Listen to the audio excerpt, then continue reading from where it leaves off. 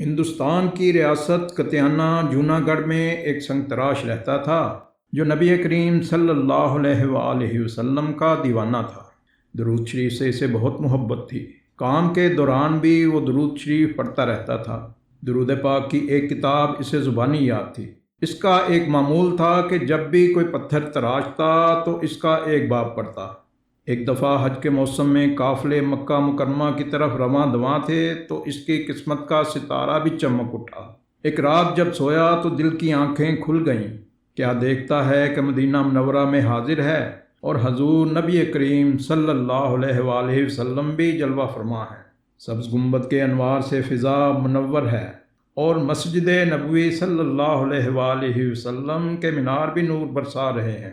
اتنے میں حضور نبی کریم صلی اللہ علیہ وآلہ وسلم کے لب مبارک کو جنبش ہوئی اور الفاظ یوں ترتیب پائے: دیوانے، وہ دیکھو ہماری مسجد کے مینار کا ایک کنگرا ٹوٹ گیا ہے، تم ہمارے مدینہ منورہ میں آؤ اور اس کو از سر نو بنا دو۔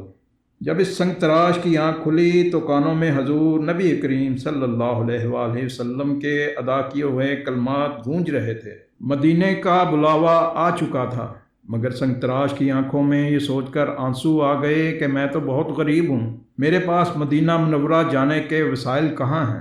لیکن عشق نے ہمت دی، آرزو نے دلاسا دیا کہ تمہیں تو خود حضور نبی کریم صلی اللہ علیہ وآلہ وسلم نے بلایا ہے، تم وسائل کی فکر کیوں کرتے ہو؟ چنانچہ دیوانے نے رخت سفر باندھا، ازار کا تھیلا کندھے پر چڑھایا اور پور بندر کی بندرگاہ کی طرف چل پڑا۔ ادھر پور بندر کی بندرگاہ پر سفینہ مدینہ تیار کھڑا تھا۔ مسافر پورے ہو چکے تھے، مگر عجیب تماشا تھا کہ کپتان کی کوشش کے باوجود سفینہ چلنے کا نام نہ لیتا تھا۔ اتنے میں جہاز میں سے کسی کی نظر دور سے جھومتے ہوئے آتے دیوانے پر پڑی۔ لوگ سمجھے کہ شاید ایک مسافر رہ گیا تھا۔ جہاز گہرے پانی میں کھڑا تھا۔ دیوانے کو لینے کے لیے ایک کشتی آئی۔ دیوانہ اس کشتی کے ذریعے جہاز میں سوار ہو گیا۔ اس کے سوار ہوتے ہی جہاز جھومتا ہوا مدینے چل پڑا۔ نہ اس سے کسی نے ٹکٹ مانگا، نہ اس کے پاس تھا ہی۔ بالآخر دیوانہ مدینہ منورہ پہنچ گیا۔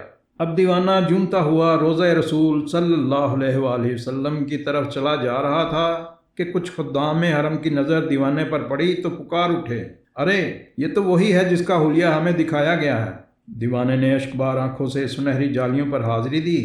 پھر خواب میں جو جگہ دکھائی گئی تھی اس کو دیکھا تو واقعی ایک کنگرا شکستہ تھا۔ اپنی کمر میں رسی بندھوا کر خدام کی مدد سے دیوانہ گھٹنوں کے بالوں پر چڑھا۔ اگر حضور نبی کریم صلی اللہ علیہ وآلہ وسلم کا حکم نہ ہوتا تو عاشق گنبد و مینار پر جانے کی جرت تو کجا ایسا کرنے کے لیے سوچ بھی نہیں سکتا تھا۔